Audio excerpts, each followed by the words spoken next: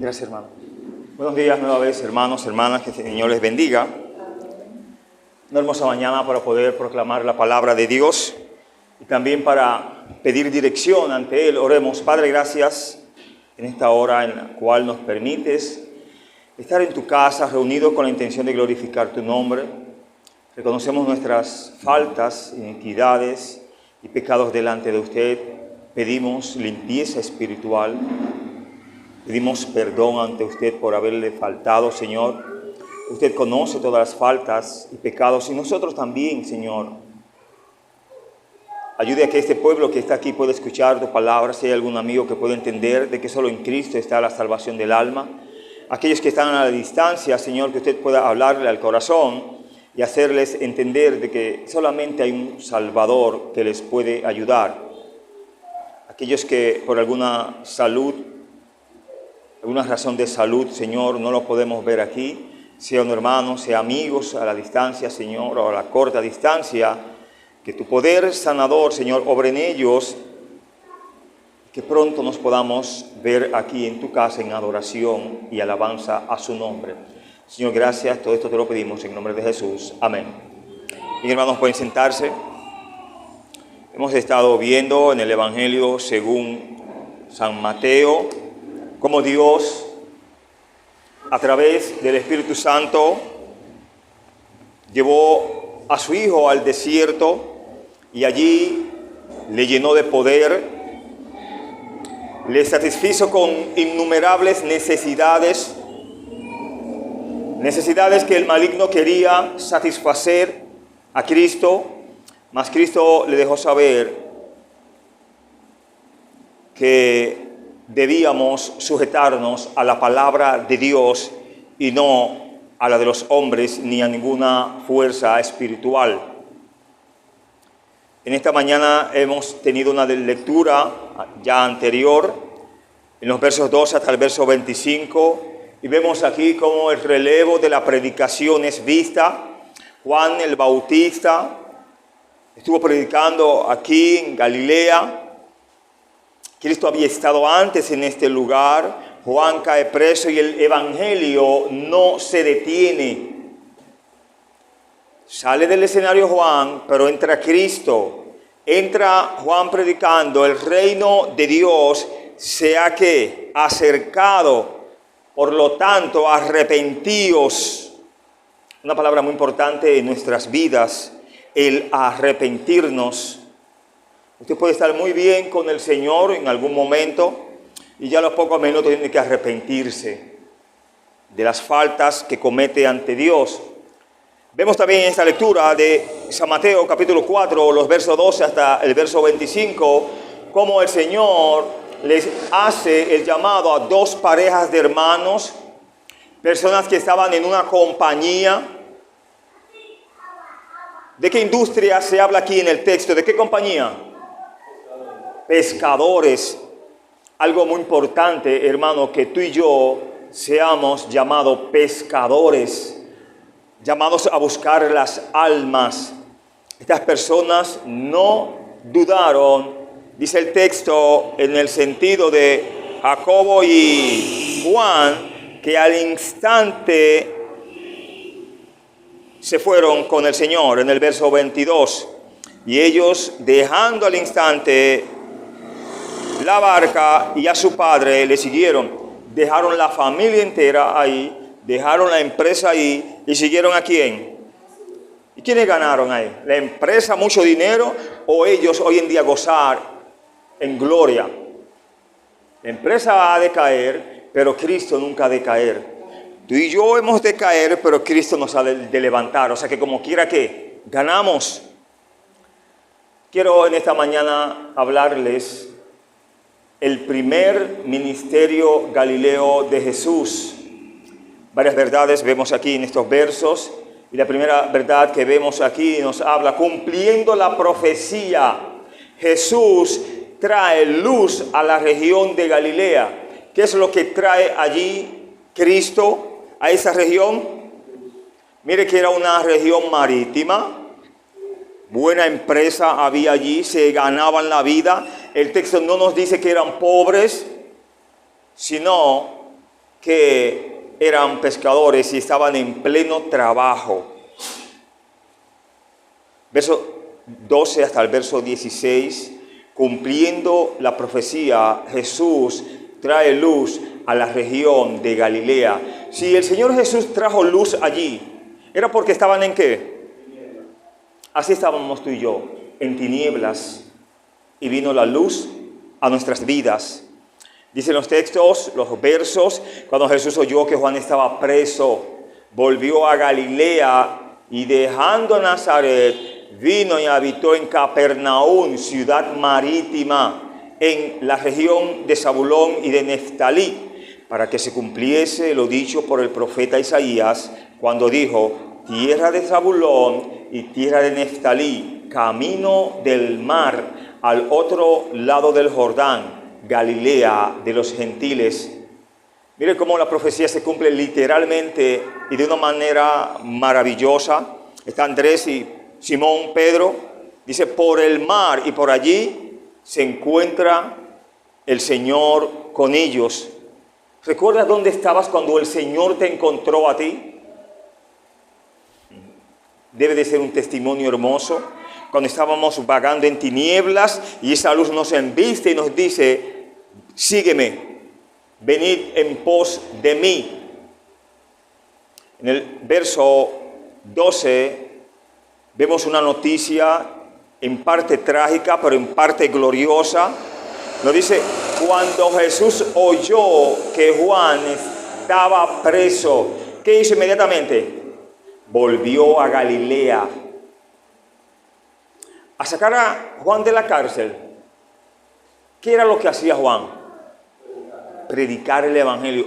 A eso fue el Señor. Y se le pegaron otras cositas más, como el tener que sanar a muchos enfermos, lunáticos, endemoniados, etc. Y el texto nos enseña que los sanó a todos. Entonces le hago una pregunta, ¿cómo que en este tiempo los sanadores, cuando les llega alguien con alguna enfermedad y oran por ese enfermo, no resulta el milagro, entonces ellos dicen, es que no tuvo fe? ¿No tuvo fe? ¿O qué? Tengamos cuidado a veces con todo lo que vemos por ahí.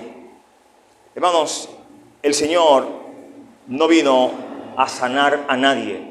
Él vino a buscar y a salvar lo que se había perdido. Una persona enferma y es sanada y no es salva, al final de su vida cuando parte, ¿a dónde va? Igual se pierde hasta sana entonces.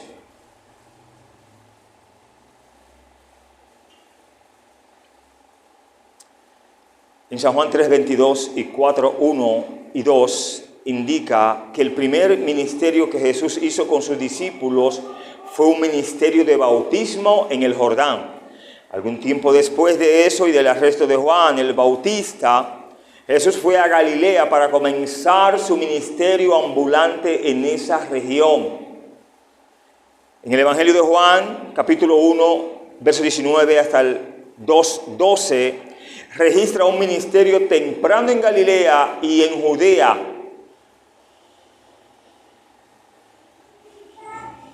Este ministerio en Judea incluyó el primer llamado de los discípulos y la boda en Caná, como vemos aquí, en Galilea, y la primera limpieza del templo, seguida por su entrevista con un tal Nicodemo, visto en San Juan capítulo 3, precisamente en Judea se hace esta comunicación, este diálogo entre estos dos rabí. Recuerde lo que le pregunta un rabí al otro. Uno le dice, si no nacieres de nuevo, no podrás ver el reino de Dios. Y uno de los rabí entonces pregunta, ¿y cómo yo siendo viejo puedo volver a nacer? Una pregunta muy fácil, ¿no? Esperaba el Señor que Nicodemo se comía eso rápido, lo asimilaba rápido. Pero aún Nicodemo no había experimentado el nuevo nacimiento. Nadie puede dar de lo que no tiene. Nadie puede hablar de lo que desconoce.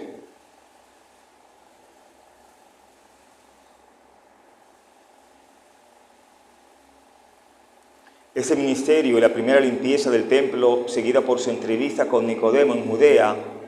Después Juan nos dice lo que pasó cuando Jesús viajó al norte de Galilea, pasando por Samaria, y se encontró allí con una mujer que samaritana. San Juan 4, recuerde que esta mujer tenía las llaves de poder tomar agua, un cántaro. Jesús tenía cántaro en su mano, no tenía las llaves, pero tenía lo mejor, la salvación eterna de los siglos. Como bien le dijo él a ella cuando le pide agua. Usted sabe, en el contexto de los samaritanos y los judíos no se llevaban entre sí. Y si usted se encuentra con un contrario a usted, es muy difícil que usted le pida agua. Usted va a esperar a alguien, a un amigo, ¿no? Mira, tengo sed, no tengo para la botella. Y es muy probable que el amigo, si tiene, le ayude. En el caso del Señor, allí, ¿usted cree que el Señor precisamente y necesariamente buscaba agua? Recuerde que el Señor vino a buscar y a salvar lo que se había perdido. Esta mujer andaba en una vida perdida y el Señor le dejó saber a ella cómo era su vida, cómo estaba viviendo a espaldas de Dios y necesitaba un redentor. Esta mujer en humildad reconoció de que Cristo era el Salvador.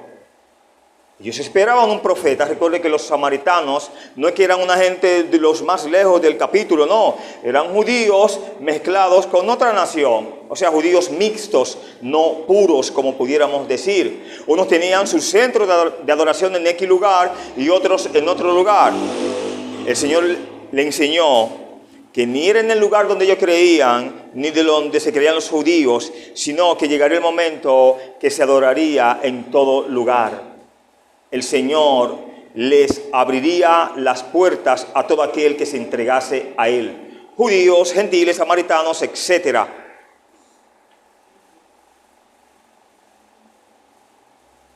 Fue el encarcelamiento de Juan lo que provocó esto, que el Señor saliera de Nazaret y fuera donde, a Galilea. Estaba profetizado también. Recuerde que en aquel momento había un tal Herodes, tenía allí su tetrarquía, o en otras palabras, era tetrarca de ese lugar. Un hombre que había escuchado mucho del Señor y ansiaba verle. Y el Señor le permitió verle físicamente. Se arrepintió Herodes. Hermanos, hay personas, lamentablemente, que aunque el Señor se les aparezca, solamente se admiran por lo glorioso del Señor, pero no admiran la salvación que está en el Señor y la arrebatan.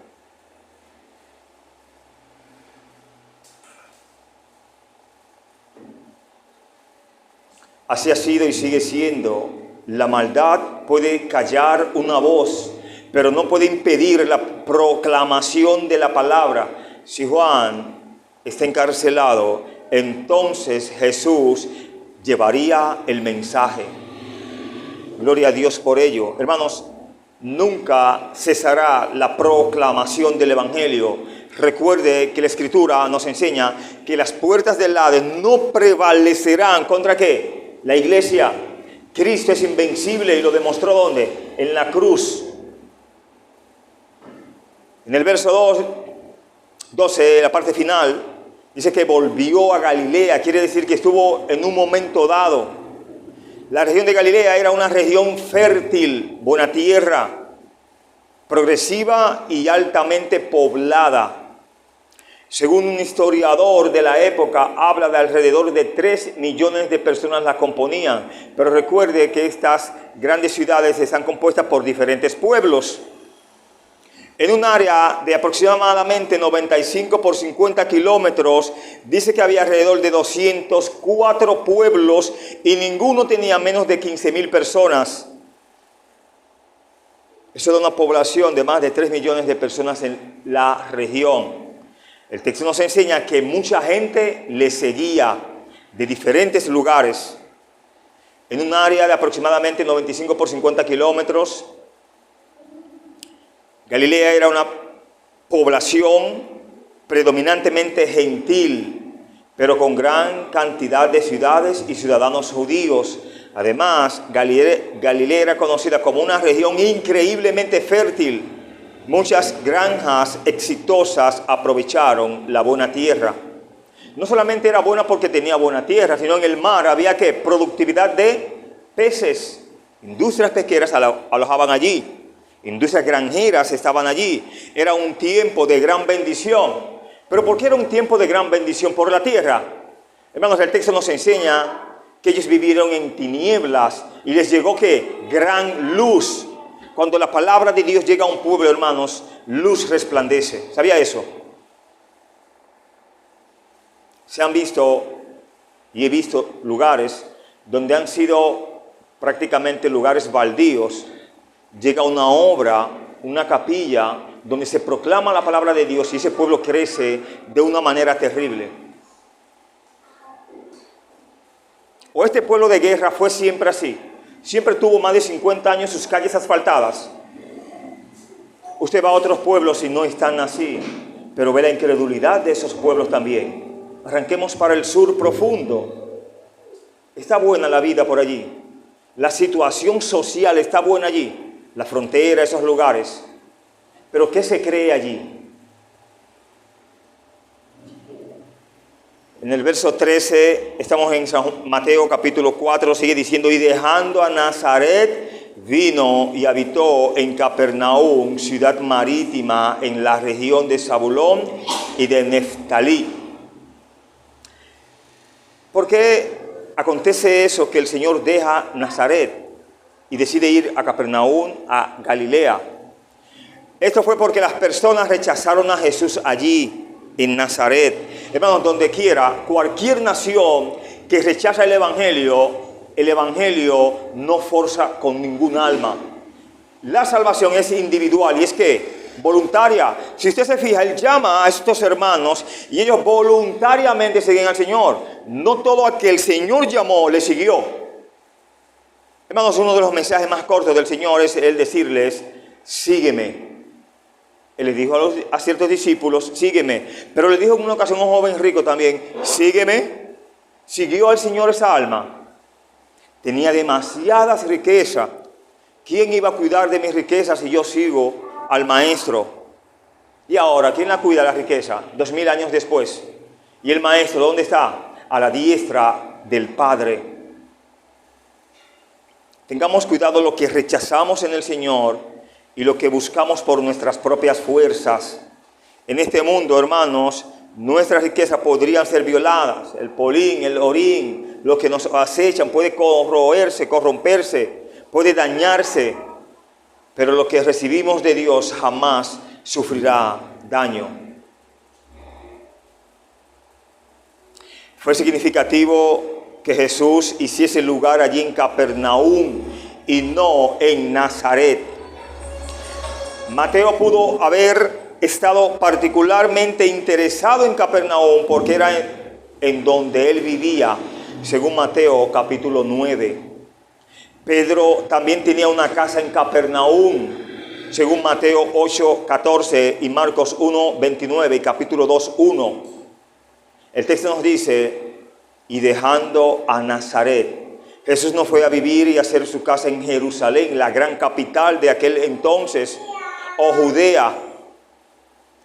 Ir a Jerusalén parecería ser una mejor planificación de carrera para el Mesías.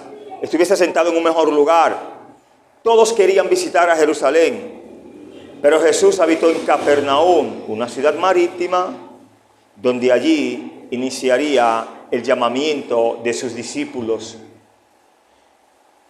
Esta migración a Capernaum está anotada formalmente en los otros evangelios, Pero Capernaum aparece en todos los sinópticos como el centro principal del ministerio galileo de Cristo. De Mateo hasta Lucas encontramos que Cristo se asentó en Capernaum. Aquí habitó en una casa que se le fue prestada o alquilada porque no tenía nada propio en donde recostar su cabeza. Recuerda Mateo 8:20, donde les dice que el Hijo del Hombre no tiene dónde recostar su cabeza. Aún las zorras tenían nido, pero el Hijo del Hombre no tenía dónde acostarse, descansar. Y mire que el texto nos dice que él allí predicaba, enseñaba, y esta labor de predicar y enseñar es bastante agotadora, aunque usted no lo crea. Solo con las fuerzas del Señor es posible llevar este camino. Aquí rindió homenaje como habitante y aquí recurrió y se retiraba cuando estaba cansado. Verso 14 nos enseña que esto estaba profetizado antes ya. Más de 300 años antes alguien lo había dicho. Dice el verso 14, para que se cumpliese lo dicho por el profeta Isaías, cuando dijo, tierra de Zabulón y tierra de Neftalí, camino del mar, al otro lado del Jordán, Galilea de los gentiles.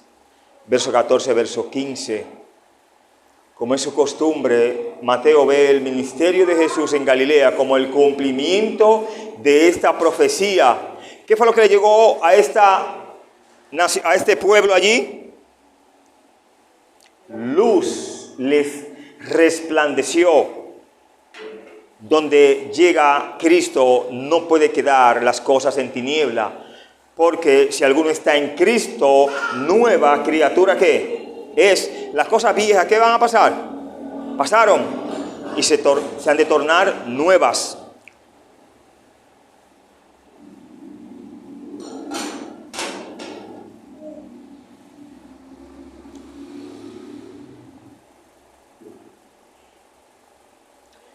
En la despreciada Galilea, el lugar donde la gente vive en oscuridad, es decir, sin las ventajas religiosas y culturales de Jerusalén, Judea, aquí la luz ha resplandecido. Galilea de los gentiles era ahora una descripción más apropiada que en los días de Isaías, ya que los movimientos sucesivos de población le habían dado una población predominantemente gentil, hasta que los gobernantes adoptaron una política de judaización deliberada, lo que resultó en una población grandemente mixta. No había palabra de Dios allí, no habían sinagogas allí. El Señor permite que los gobernantes, las autoridades, colonicen ese lugar y como tal lleven allí a judíos. Y como tal se dan las sinagogas, y en las sinagogas, ¿qué era lo que se impartía? La palabra de Dios. En el verso 17, en esta segunda verdad, vemos una descripción general del mensaje de Jesús. ¿Qué fue lo que hizo inmediatamente el Señor? ¿Qué fue lo que comenzó a hacer? A predicar. Dice, desde entonces comenzó Jesús a predicar y a decir, arrepentíos porque el reino de los cielos se ha acercado. ¿Qué era lo que le decía a aquellas gentes allí, aquellos comerciantes, granjeros, pescadores? Arrepiéntanse, porque el tiempo se ha acercado. El reino de los cielos está entre ustedes. El dueño de los cielos está aquí. Se podría decir que esta fue la ocupación principal de Jesús. ¿Cuál? Predicar la palabra de Dios. También sabemos, por lo que nos dicen los versos más adelante, que Él sanó y ministró milagrosamente a muchos. Pero en general parece justo decir que Jesús fue ¿qué? Un predicador y maestro que sanaba, más que un sanador que también predicaba y enseñaba. Esta es la prioridad del ministerio de Jesús que vemos aquí, como está escrito en el verso 23. Y recorrió Jesús toda Galilea, enseñando en las sinagogas de ellos y predicando el evangelio del reino y sanando toda enfermedad y toda dolencia en el pueblo. Primero predica y enseña, luego sana. Lo más importante al pecador es que entienda que está mal delante de Dios y que como tal necesita un Salvador. Y que apartado de Dios nada podemos hacer, sea creyente y no sea creyente. Predicar, ¿qué nos dice, qué nos enseña este término? La palabra en griego es kerusen, la cual es la palabra para proclamación de un heraldo, de un rey. Kerux es la palabra griega para heraldo, y el heraldo era el que traía un mensaje directo al rey. Recuerden que la palabra evangelio significa buenas nuevas de salvación. Pero también habla de arrepentíos. Arrepentirse simple y llanamente quiere decir, usted va en esa dirección y decide cambiar de dirección. Usted va en dirección al pecado y a la perdición y decide reconciliarse con Dios e ir en camino de salvación. Muy fácil, ¿no? No hay que llevarlo ni al griego, ni al hebreo, ni a ningún otro idioma. El evangelio que Jesús comenzó a predicar, el evangelio que Jesús predicó comenzó en el mismo lugar que comenzó el evangelio que Juan predicó, con un llamado ¿a qué? A que sean sanados, al arrepentimiento. Y es Dios quien llama al hombre a que se arrepienta. Es Cristo aquí que literalmente está llamando al hombre a qué? Se arrepienta. Mateo 3:2 comienza con Juan el Bautista, ahora aquí con Jesús en el verso 17. De hecho, como Jesús esperó hasta que Juan se fuese, o hasta que Juan fuese preso, según el verso 12 de este capítulo, probablemente se vio a sí mismo retomando donde Juan se quedó. ¿Dónde Juan se quedó? ¿Con qué tema se quedó Juan? Según Mateo 3:2. ¿Qué fue lo que dijo allí Juan el Bautista? Así que arrepentíos, porque el reino de los cielos se ha acercado. El mismo mensaje de Juan, Cristo lo retoma. Pero Jesús iría más lejos que Juan. ¿Por qué? Porque Juan el Bautista anunciaba de un Cristo que había de venir. Pero Cristo no anunciaba de nadie que iba de venir, sino que ya Él había llegado. El reino de los cielos se ha acercado, está dentro de ustedes. Y gloria a Dios por eso, hermano. Que un día ya no tendremos que proclamar el evangelio, sino que Cristo mismo nos hablará. Hay que aprovechar el tiempo de Dios, las épocas de Dios. No todo el tiempo humanamente viviremos para escuchar aquí en la tierra. Llegará un tiempo, ¿qué pasará? Que si Él no nos viene a buscar, ¿qué haremos? ¿Qué no lo quiere decir? Pero de que se van, se van. ¿Sabían? De que nos vamos para el cielo. Y todo aquel que crea.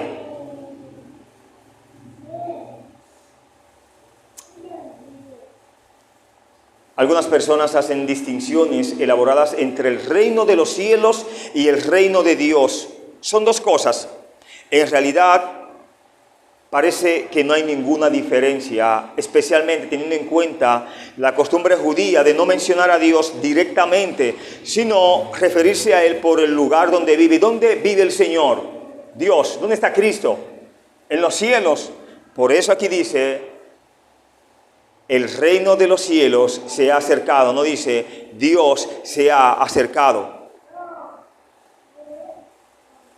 Recuerde que Mateo les escribe a los judíos y era un lenguaje donde los judíos podían entenderle mejor. La siguiente verdad la vemos en los versos 18 hasta el verso 22. Esta verdad nos habla. 4 hombres son llamados como discípulos.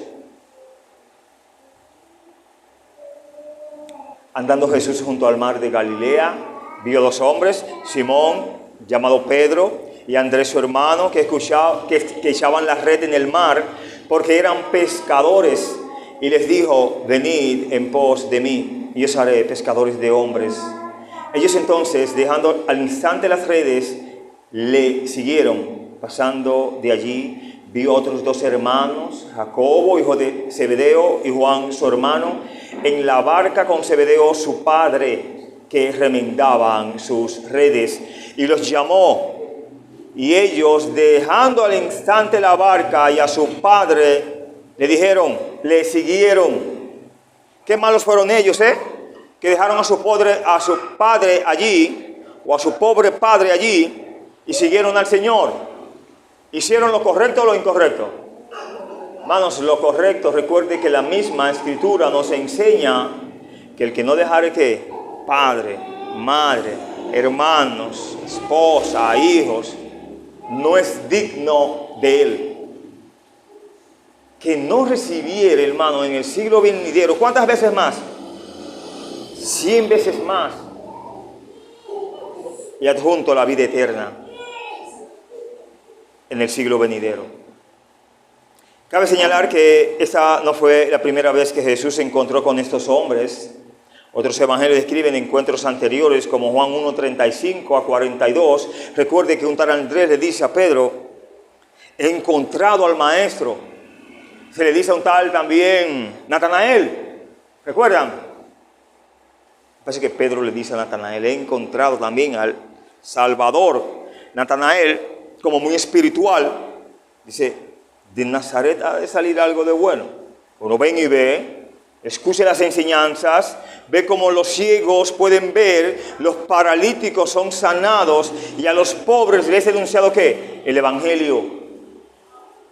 Hay que tener mucho poder, seamos sinceros, que usted esté en su casa, usted no tiene negocio, para no ponerle negocio, ocupación, y siempre hay ocupaciones, y que alguien venga y le diga: sígame, y usted deje todo lo que está haciendo y usted sigue a esa persona. Hermanos, cuando el Señor llama al corazón del hombre y el corazón de la mujer, lo ideal es que usted ¿qué? Le siga para su bien. Obedecer es mejor que los sacrificios.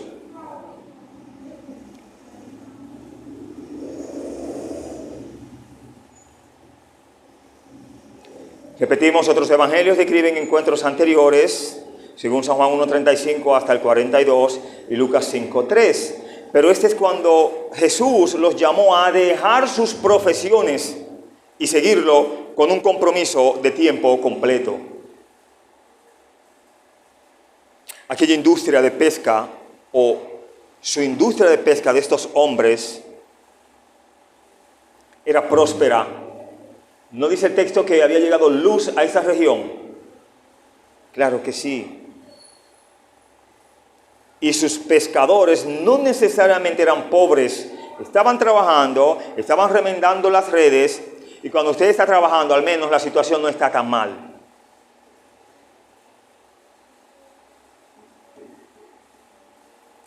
En el caso de la familia de Zebedeo, estos empleaban trabajadores. Era una compañía de pesca, según Marcos 1:20. Dios generalmente llama a las personas cuando están ocupadas haciendo algo. La historia bíblica nos recuerda de múltiples personajes que, estando ocupados, el Señor los llamó. Mateo, ¿en qué mesa estaba sentado? En la mesa de un representante publicano. Saúl, ¿qué estaba haciendo cuando fue llamado? Buscando las ovejas perdidas. ¿De quién? De su padre.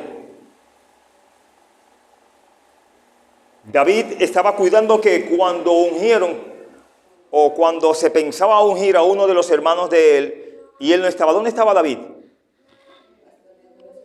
Trabajando en el campo. Un trabajo bien delicado. Porque allí, cuando se apareciese una fiera salvaje y agarrase una oveja, ¿qué pasaría en eso? Cuando un lobo o un oso se le llevaba una oveja a David, ¿él la dejaba? Se la quitaba de la boca. Esa no te la lleva. Esa me la dio el Señor. Porque Dios estaba con él. Ahí está la diferencia. Los pastores estaban vigilando a sus rebaños cuando fueron llamados. Amós estaba labrando en Tecoa, en un lugar, un hombre que se autodenominaba campesino. Y él mismo allí en Amós habla que Dios lo había llamado detrás de las vacas. Y en su mensaje, así mismo le habla a aquellas mujeres de aquel lugar. Oh, vacas. Ese era el lenguaje que él sabía. En el contexto, allí usted sabe cómo la opulencia y el pecado estaba reinando allí y el poco amor a la palabra de Dios. Mateo estaba trabajando, donde hemos dicho, recaudando impuestos. Moisés estaba cuidando los rebaños de su suegro y un tal Gedeón estaba trillando el trigo. No sé dónde tú estabas cuando el Señor te llamó. Si estabas en un establecimiento, en un trabajo, a lo mejor estabas en la iglesia, estabas cerca. No estaba en la iglesia, ¿no? Muy pocos estábamos en la iglesia, hermanos. Estábamos lejos de la iglesia. En el verso 19 vemos que el Señor dice, venid en pos de mí, y os haré pescadores de hombres. ¿Desconocían la palabra pescados ellos?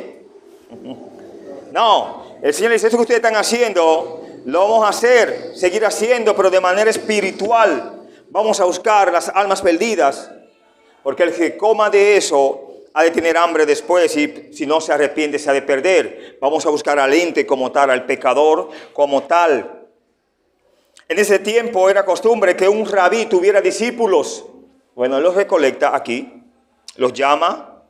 No había nada de extraño en que Jesús les pidiera a estos hombres que estuvieran con él constantemente. ¿Para qué? Para aprender de él. Hermanos, no hay nada más hermoso que aprender de lo que Cristo nos enseña en su palabra. Escuchemos siempre, hermanos, recibamos la palabra de Dios como niños. En unos aspectos Jesús les ofreció una educación tradicional a los pies del maestro de los maestros. Y mire que allí había muchos maestros. No estaba Nicodemo, lo más grande que había allí. Y tuvo que sentarse ahí a los pies del maestro a escuchar y a entender. Y por eso se salvó, obedeciendo a Cristo. Venid en pos de mí. Inmediatamente sugeriría a los discípulos de un rabí que literalmente lo seguían para absorber su enseñanza, aunque esto era por su propia voluntad, no por su llamamiento. El Señor no obliga a nadie que venga a Él. Él sí los llama, pero no los obliga. Si no, muchas personas se hubiesen salvado en la antigüedad. Ejemplo, la mujer de Lot, si ella, cuando decide voltearse hacia atrás, Dios la voltea a él, la obliga a que no lo haga, se hubiese salvado. Pero ya la palabra les había llegado, que no debían mirar atrás. Ella miró sus posesiones, su casa, su opulencia. Hermanos, el que no se niega a sí mismo no es digno del Señor.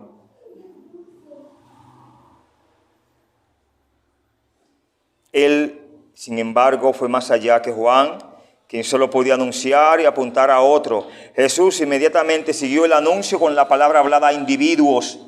Venid en pos de mí, así reclamando su posición de rey. En el verso 20 vemos, ellos entonces, ¿qué hicieron? Dejando al instante las redes, le siguieron. Recuerde que en la historia bíblica vemos que unos dijeron, Señor, déjame que yo me despida de mi padre. En el contexto que, espera que mi padre muera para yo poderte seguir. ¿Por qué hay que esperar tanto para entregarse al Señor?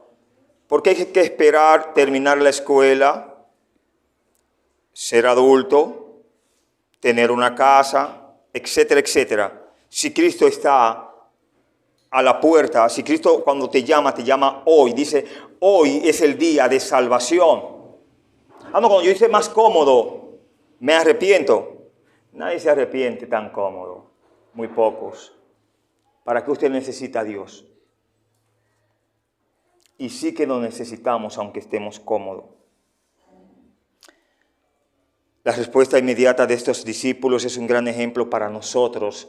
Entonces los primeros discípulos hicieron lo que todos los discípulos de Jesús deben hacer. ¿Qué es lo que todos los discípulos a los cuales Él llamó hicieron con el Señor? Le siguieron. Tenemos que seguir al Señor siempre en nuestras vidas. Seguir a Jesús significa dejar unas cosas atrás. La mujer samaritana dejó atrás, ¿qué? Su cántaro, con lo que se sacaba el agua. ¿Ganó o perdió ella? Un pueblo, hermanos, conoció al Señor por los dichos de esta mujer. Y no solamente dice allí en el texto, en San Juan 4, ya no creemos por los dichos tuyos, sino porque hemos visto aquí al Mesías. Lo que tú no has dicho que te han dicho, lo creemos ahora más porque vemos al que te lo ha dicho. Y qué bueno que el Señor nos oriente, nos edifique, nos reprenda si eso es su voluntad y nos diga las cosas malas que tenemos para así poder abandonarlas y seguir lo mejor con Él. No hay nada mejor, hermano, no sé si a usted le gusta, pero la paz espiritual, eso es terrible. Tener paz. Si usted sabe que va a tener una situación con X, con quien sea, piense, wow, mi paz se va a interrumpir. Déjame yo ni pasar por ahí, déjame coger por aquí mejor. Déjame ni hablar. Bueno, yo lo veo así, me encanta la paz espiritual. No sé si usted puede concentrarse leyendo la Biblia o un libro o en lo que vaya a hacer, teniendo una mortificación en la cabeza. ¿Qué fue lo que dejó la mujer samaritana? Su cántaro, su pecado. Mateo dejó ¿qué? La mesa con todos los impuestos. El ciego Bartimeo dejó su manto para seguir a Jesús. Ya no tenía que cubrirse sus ojos para seguir a Jesús, sino que con los ojos que le había dado el Señor, le seguía. Los versos 23 hasta el verso 25 vemos aquí una descripción del ministerio de Jesús, en qué estaba envuelto el Señor. A veces nos envolvemos en cosas que no tenemos que envolvernos. Comentamos y opinamos de cosas que no tenemos que opinar. Hoy en día estamos viviendo tantos temas diversos, al haber tanta información, tanta fluidez de noticias. A veces usted no ha visto la noticia, pero la escucha y ya comienza a regarla. Tenga cuidado con eso. Informémonos bien antes de comunicar. Usted no sabe dónde esa noticia puede llegar a impactando.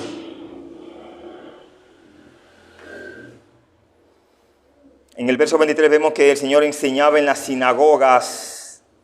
Las costumbres de las sinagogas en ese tiempo le dieron a Jesús muchas oportunidades de enseñar, porque a menudo le daban a un visitante, recuerde, especialmente a uno distinguido, maestro, la palabra allí, la oportunidad de hablar.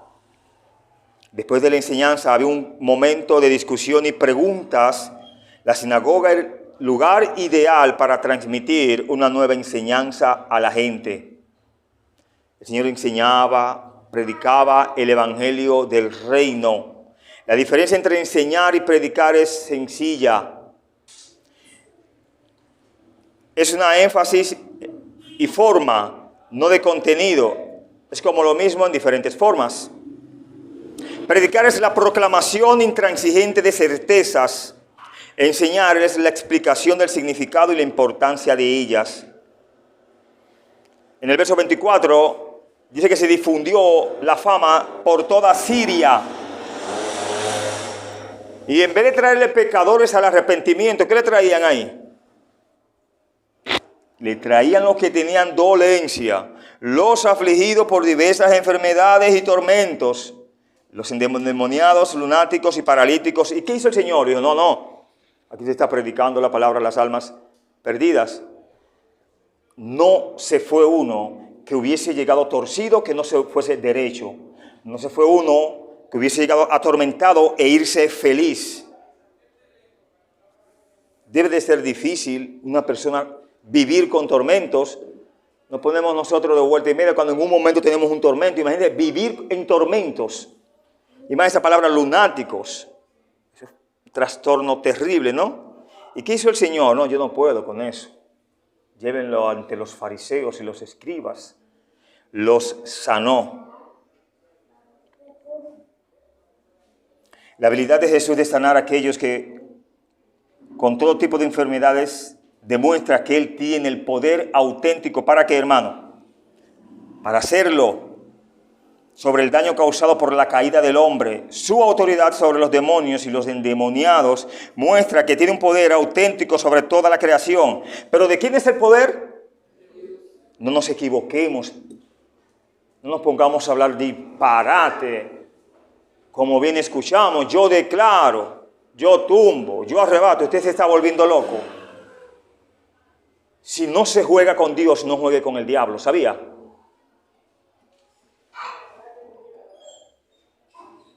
Lo que pasa es que repetimos mucho lo que escuchamos y no nos detenemos a pensar en eso.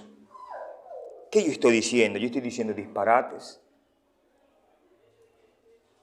No nos atribuyamos nada que no nos compete. Déjele lo de Dios a Dios y siga lo suyo.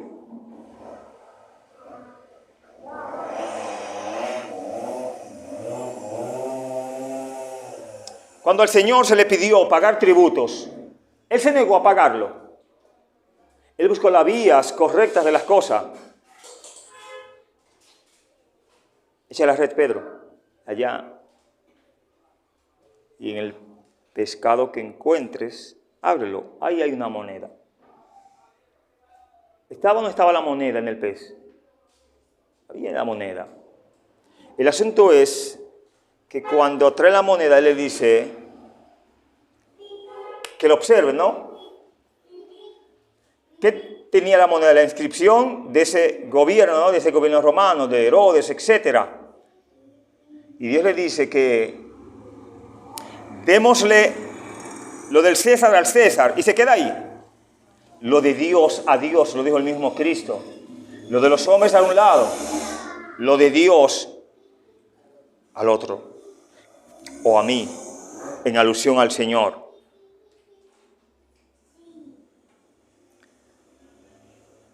En el Nuevo Testamento, y el concepto rara vez es registrado en el Antiguo Testamento, Saúl fue atormentado ¿por quién?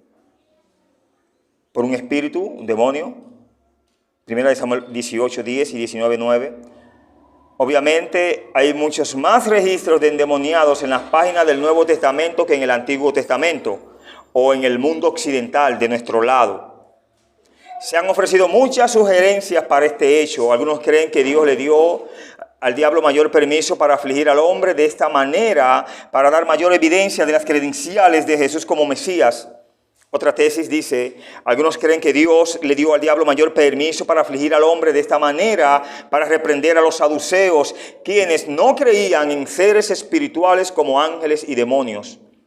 Y los que llegaban relajando estaba siendo atormentados por esto, era real.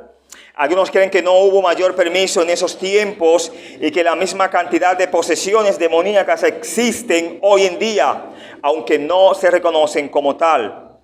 Algunos creen que simplemente hay menor posesión demoníaca en culturas que han estado bajo la influencia del Evangelio por cientos de años y mucho más en culturas paganas o animistas. Algunos creen que el mismo Satanás no está interesado en una estrategia de posesión demoníaca de humanos en el mundo occidental, en nuestro mundo, porque considera que el anonimato y escepticismo espiritual son herramientas más efectivas.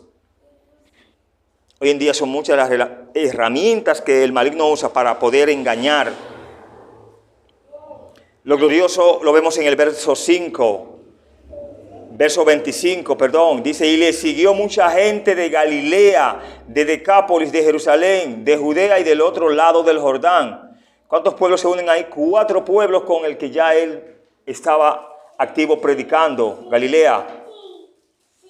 Jesús tenía un propósito para permitir que tantos milagros dramáticos atrajeran a mucha gente.